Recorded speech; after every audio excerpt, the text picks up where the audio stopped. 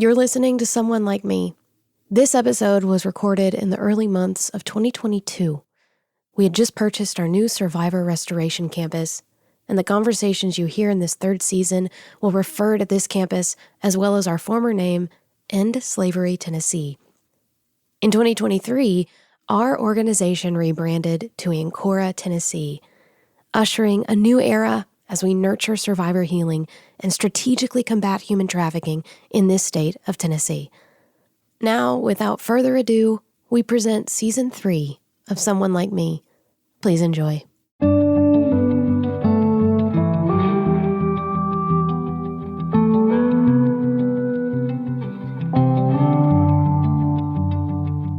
You're listening to Someone Like Me. My name is Leslie Eiler Thompson, and for 2 seasons, I've had the privilege of hosting this show.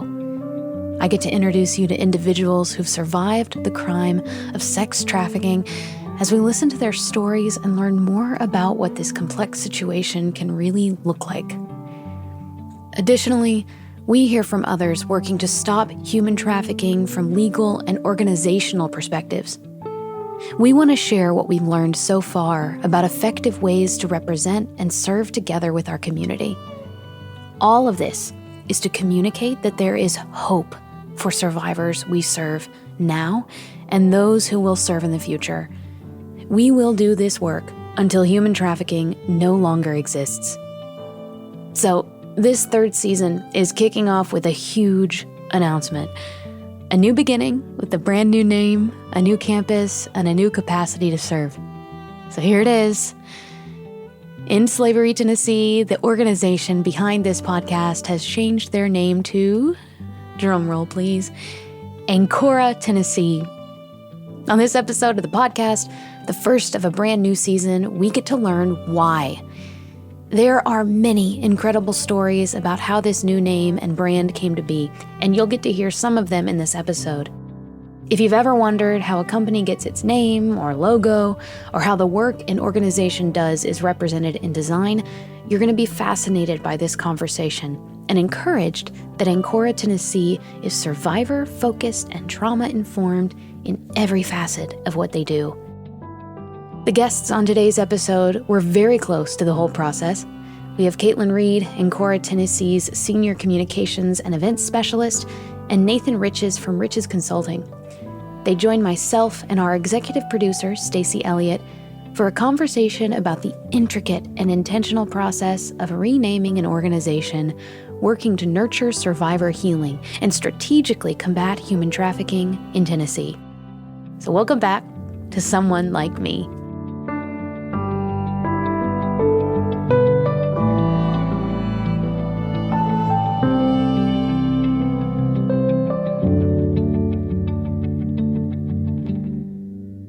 We are here with Nathan Riches, who is from Riches Consulting, and Caitlin Reed, who is from this organization. And we are talking in February. And when this episode releases, we will have rolled out a brand new brand for the organization that Someone Like Me podcast is from. So as you know, you've been listening. End Slavery Tennessee has been the name of this organization, but we're rolling out a new brand, and that new brand is, Caitlin, would you like to say it? AncoraTN. And so this whole episode is introducing it to our listening audience and talking a little bit about how it came to be. And so that's why Nathan is here, because he is in charge of brand design. Is that a good way to put that? Yeah, the brand strategy, if you will. Yeah, very good. So let's start just really briefly with End Slavery Tennessee. The organization was founded by Derry Smith. It's one vision. And Caitlin, you were saying that it was initially an advocacy program. Advocacy and awareness. Yeah, not offering aftercare to survivors in the beginning. Mm-hmm. And so part of the rollout of this year is actually kind of sharing that this organization is broadening its reach and scope. So let's talk about some of the things that AncoraTN is now going to be doing, and then why it was important to change the name for that purpose. So fingers crossed, all construction goes well. We will be opening our Survivor Restoration Campus, which is a 35-acre piece of land in northern Davidson County where we will have a combination safe house and care center. And eventually we'll be moving all of our administrative operations out here as well. I'd like to say that we are actually recording this podcast this season from the media room, which is lovely. It's a room tone that's beautiful. I know you can't hear that, but we love it here. So this whole change, this new sort of direction, really needed to be reflective in the name of the organization. And the name of the organization was important for that time, right? When it was founded. Can you talk a little bit about why, specifically the word slavery, why that was present and why it needs to be going away at this point? Sure. So in 2012, when we became a 501c3, slavery was an important term to use because human trafficking just wasn't in the common language. People weren't talking about human trafficking. President Obama, even in a speech around that time, referenced human trafficking as modern-day slavery. So people just weren't familiar with that term. The closest thing that it could be equated to was slavery. So it was kind of important to include that word. And as being an awareness and advocacy organization, we really needed to sound the alarm that this was a real problem that was happening here in our backyard, in every county in Tennessee. And we had to create this sense of urgency. And it is still urgent, of course, but trafficking, human trafficking in particular, has become common knowledge to most people nowadays. So to still use the word slavery could potentially prevent victims from self-identifying. That's not how they see themselves. It also brings about the historical context of slavery, rightfully so, and it brings up imagery of being bound and shackled and kept in a locked room, held against your will physically. And that's not really, we've discovered, that's not really what trafficking looks like all the time. So ultimately, it's preventing victims from self-identifying, which is the number one problem. Well, and as we've talked to survivors in previous episodes, they've actually said, I never thought I was a trafficking victim because my life did not look like what the poster looks like. My life didn't look like slavery. That's not me. So I think that's important to note. Yeah, I think it's also important to remember human trafficking has really only been in the vernacular in the United States really since about 2000 when we passed a law, the first law federally. But it takes a while for that to kind of move into the state laws and for even understanding what it is. So this is a very emerging issue. And one of the reasons we started out as an information and education organization and advocacy was because we really didn't know what we were looking at. As we learned that there were survivors who needed an immense amount of aftercare, we began to develop that. I've been a part of the organization from 2012, and I was doing education, and then we were just beginning to understand what aftercare looked like. We're still emerging. We've grown really fast, and we need to grow really fast because the more we learn, the more we realize how much this problem still exists and is bigger than we thought. Yeah. So then let's switch to the nuts and bolts of how this whole name change and really vision expansion started to happen, and enter Nathan. Yeah. When was the first time you were presented with all of this information, and what was your reaction to the organization? Yeah, so a few years ago, I was having coffee with Margie, and as she was explaining all the amazing new things that were coming down the pipeline for End Slavery Tennessee, we started talking about the name and the fact that while that is an important part, there's a whole nother side of the organization that's growing and expanding. And one of the things that popped up to me is, well, with job placement, career placement, trying to provide services, the name, it seemed to be a sticking point. It was taking too long to tell the story of what the name meant, what the organization was about. And especially as you're starting to provide aftercare and resources, to me, especially, branding should just be what the story of the organization is. And to me, it just sounded like we were spending the majority of our time explaining the name of the organization and not enough time talking about all the good that was being done. Yeah. So that's when we kind of identified that task number one was to find an identity that really spoke to the entire offering of the organization, the entire story that we were trying to tell, and not just why we're here. Mm-hmm. Yeah. And that is such an interesting thing that you say, because even with this podcast, like it's the simple thing also of when we do transcriptions for this podcast, the name of it gets confusing on the transcriptions. It keeps wanting to say in slavery, which is very confusing. And very much the opposite of what we're trying to do. Precisely. So, okay, we don't need to go into what a whole brand redesign looks like, but you spent a lot of time with the staff getting a bigger picture of what goes on. Mm-hmm. How did you begin to get a handle on what all is being offered within this organization? In any project where you're renaming, rebranding, the first step is to really understand what's going on. And even for an organization, even for a group of people, just getting in the room all together and just listing out all that we do, all that we're about, all that we accomplish. And so we spent an entire day together just writing down on paper all the resources that are provided, all the different ways that they're supporting the survivors, all the different things that are accomplished. And there were even some surprises in the room with each other of like, oh, I didn't know we did that. Oh, it's been a while since we talked about that. So part of it was just getting everyone on the same page of who are we, what do we do?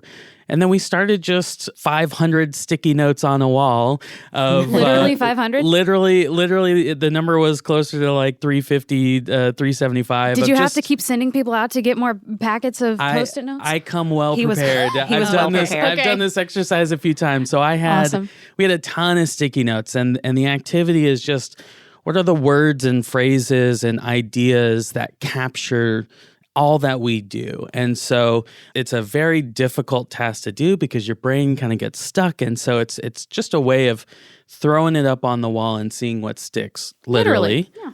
I have to say, regardless of how that worked with creating the new brand, that was a wonderful exercise for our whole staff, direct service included, because they get so micro, and they'll say this too, they get so micro about what they're doing and feel like they're not making any change or any forward progress. And for us to have a wall full of notes that show every single service that we offer was pretty eye-opening, one, on the administrative side, but two, to give direct service a chance to like stand back and look at everything that they do on a daily basis. So it worked in multiple ways. Yeah. That's what's so great about a brand change is that not only is it an external exercise and an external offering and presentation, it's an internal refocusing and revision, which is really great. Yeah. So you throw a bunch of words up on the wall, and it's exciting to see, like Caitlin's saying, all the things that we do, all the things that we hope for the survivors, all that we want to be known for. And you start grouping it together. And what ends up happening is you start seeing these patterns emerge of groups of sticky notes that all tend to say the same thing, have the same idea. And so this brought about 10 to 15 different ideas. And so then we went to the hard work of exploring those ideas. And you would think that coming up with a great name or a great word is easy. It is not. Friends, we tell you it is not. It is not. We came up with several fantastic words. And then when you go to search online for them or search if there's another organization with that name, there's a lot of fantastic words that just cannot be used. And so we went through about 15 to 20 different revisions, explored some different ideas, but there were three that kind of rose to the top. Is one of being about security, of being kind of a place for stability. Two was the resource providing, the resource gathering. So the idea that we're an organization that provides, that gives people an opportunity and the tools that they need to change their life. And then three was the idea of growth and a lot of plant life, a lot of idea of spring and blossoming and growing and breaking from the ground. And so all of those kind of ideas started swirling around, and we had to explore different ways of expressing those ideas.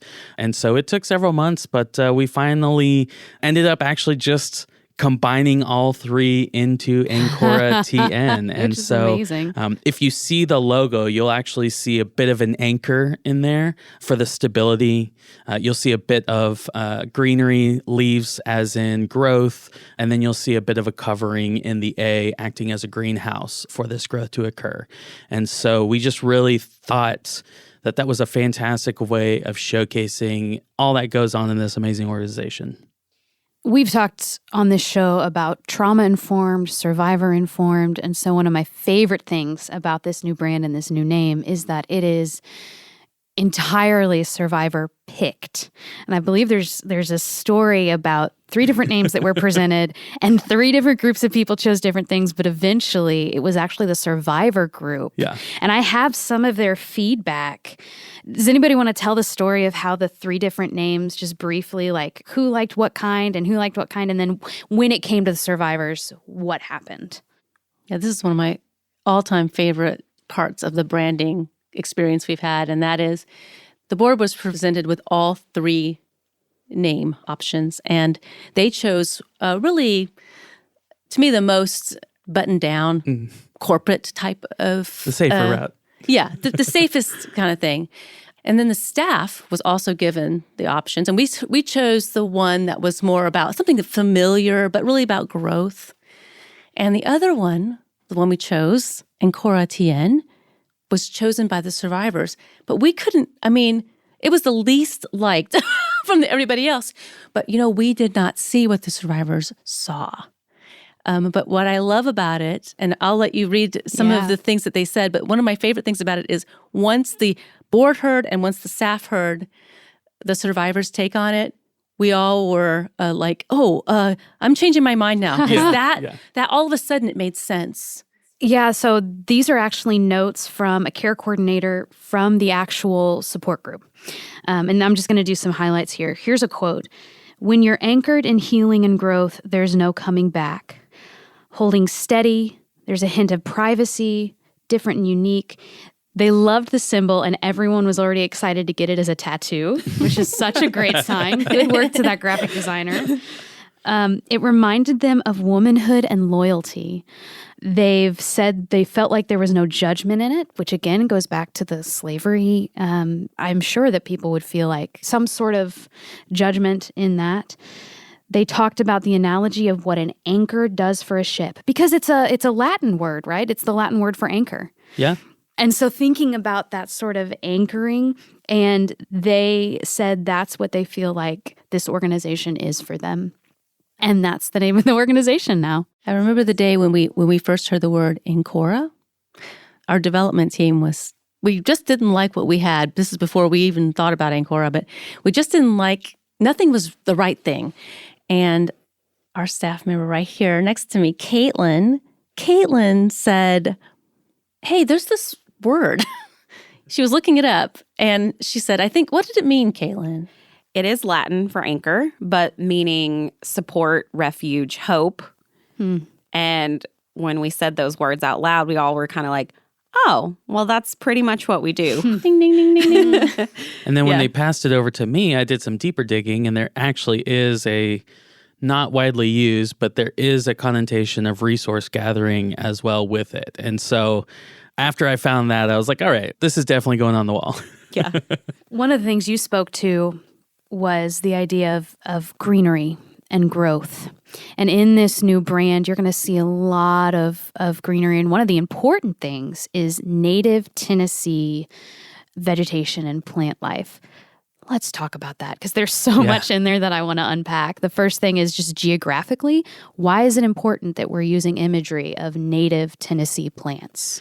So one of the important points of the new brand was to still identify as a Tennessee organization. So we wanted it to be super obvious that we're supporting Middle Tennessee in a high tense situation when someone is trying to get a hold of someone very quickly. We want it to be obvious of who we are serving.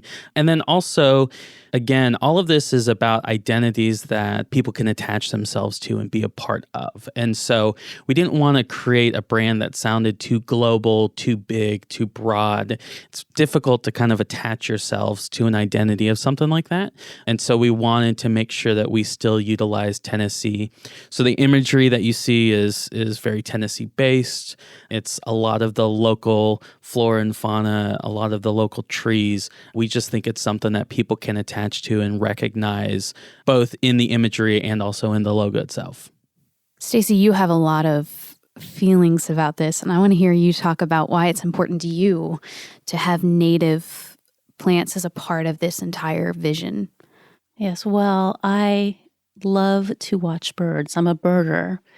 And I became a birder when my mother had breast cancer as a way to sort of give her something to do that didn't require energy, the same kind of energy. So we could look out our window and look at birds. And I kind of just began to appreciate it. It was a good mindfulness exercise, which I have been invited to do with survivors on this campus when we get there, and one of the iterations of our next moves. But I learned about native plants and how vital they are to the flourishing of life, and how when we provide native plants that are designed to be in the place where they're supposed to be, it invites more sustainability, it invites new life and the restoration of the kind of life that was supposed to be.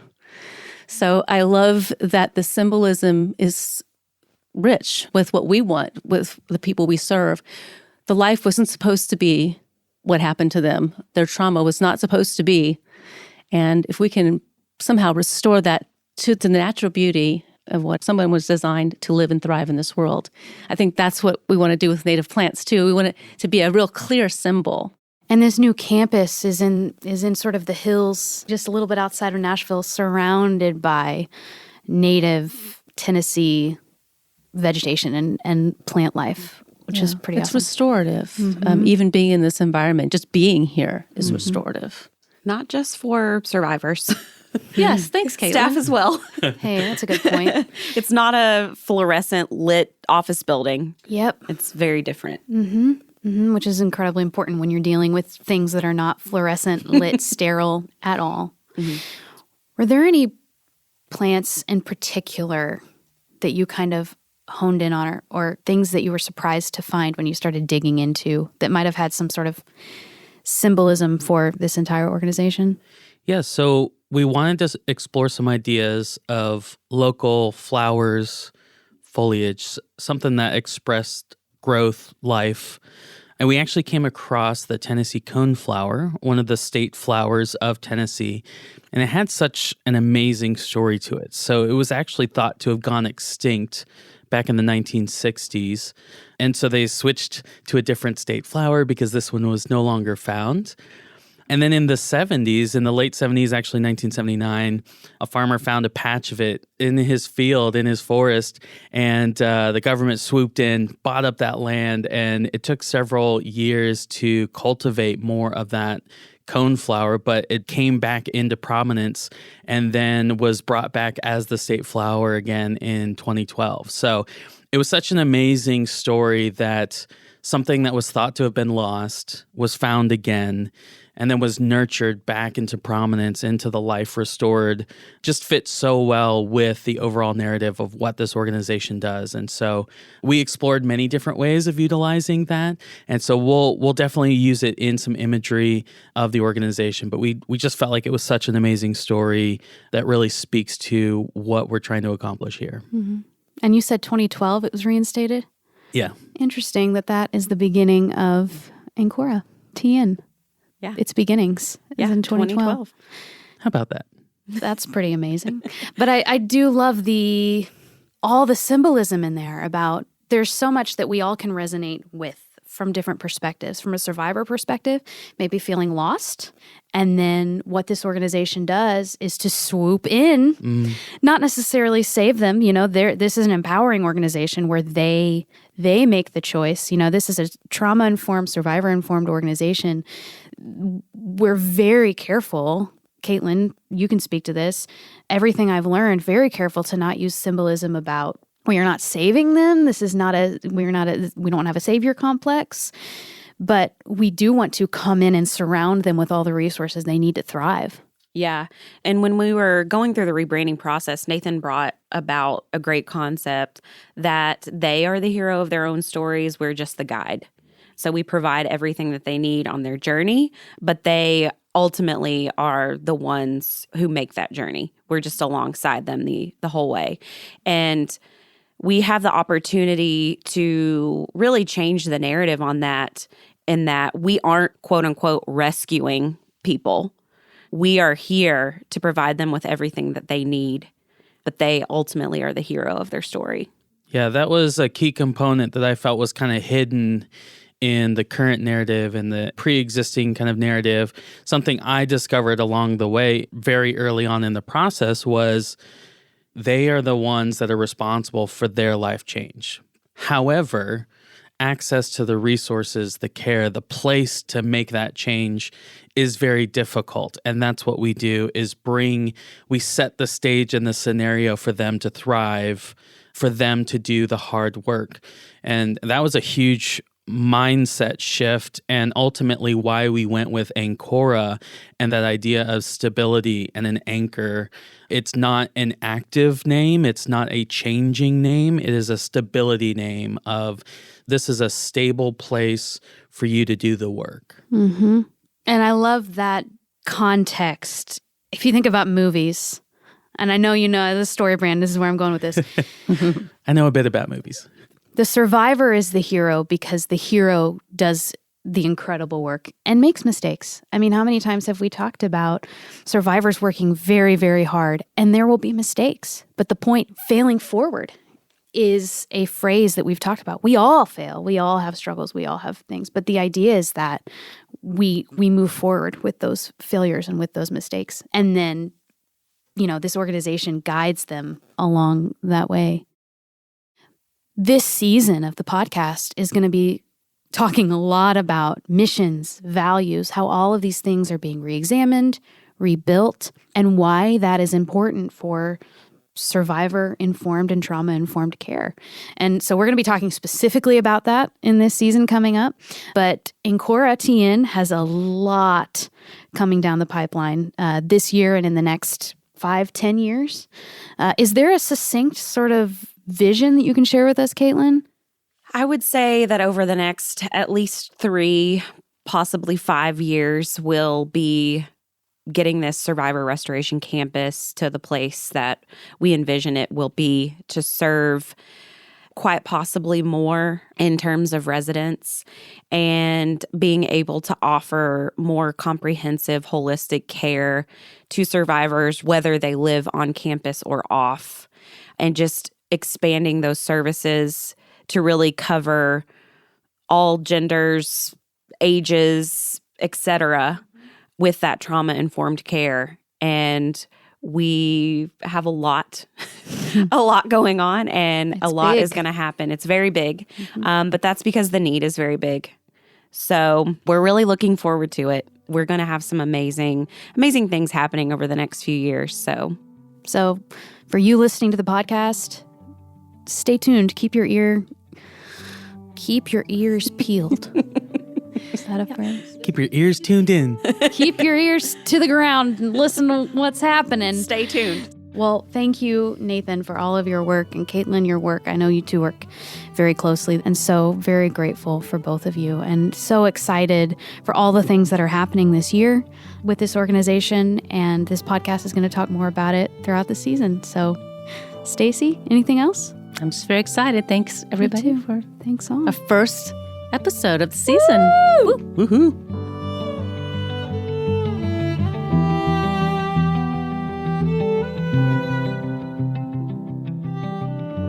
We'd like to thank Junior League of Nashville for being a community awareness partner with someone like me. Our producers are Stacy Elliott, Caitlin Reed, myself, Leslie Eiler Thompson, and in addition to being a producer, Claire Bittigary Curtis is our engineer, and she is assisted by Selena De La Cruz. Special thanks to our intern, Riley Herman. The original music you hear is by Zach and Maggie White. You can find out more about Ancora, Tennessee at AncoraTN.org. That's AncoraTN.org.